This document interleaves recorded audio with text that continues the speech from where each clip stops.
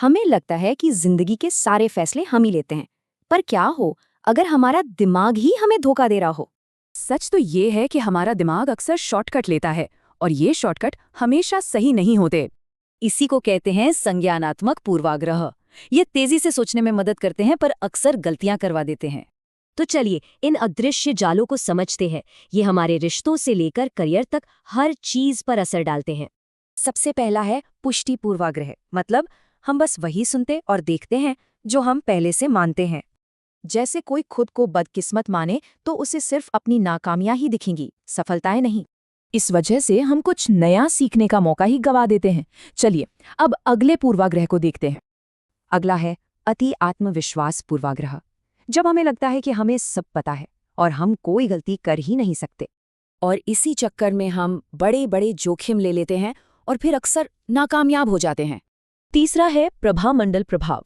ये तब होता है जब किसी की बस एक अच्छी बात देखकर वो इंसान हमें परफेक्ट लगने लगता है। जैसे कोई अच्छा दिखता है तो वो समझदार भी होगा, या कोई इन्फ्लुएंसर है तो वो हमेशा सच ही बोलेगा। अब आता है एंकरिंग पूर्वाग्रह, मतलब जो जानकारी सबसे पहले मिलती है हमारा दिमाग उसी पर अटक जाता है। और यही पहली जानकारी हमारे बाद के सभी फैसलों पर असर डालती है। मोल भाव में अक्सर ऐसा ही होता है। और पांचवा है उपलब्धता स्वतः शोध, मतलब जो चीज़ आसानी से याद आ जाए हमें लगता है वही ज्यादा सच है। इसकी वजह से बेवजह का डर पैदा होता है और असलियत से हमारा ध्यान हट जाता है। तो सवाल यह है कि ऐसा होता क्यों है? सीधी सी बात है, दिमाग अपनी एनर्जी बचाना चाहता है। क्योंकि हर बात पर गहराई से सोचना बहुत मुश्किल है। ये पूर्वाग्रह दिमाग के इसी शॉर्टकट का साइड इफेक्ट हैं। और सबसे अहम बात यह है कि ये हमारी जिंदगी के हर हिस्से पर असर डालते हैं, रिश्ते, करियर, सब कुछ। पर अच्छी बात यह है कि हम इन्हें कंट्रोल करना सीख सकते हैं, और पहला कदम है जागरूकता।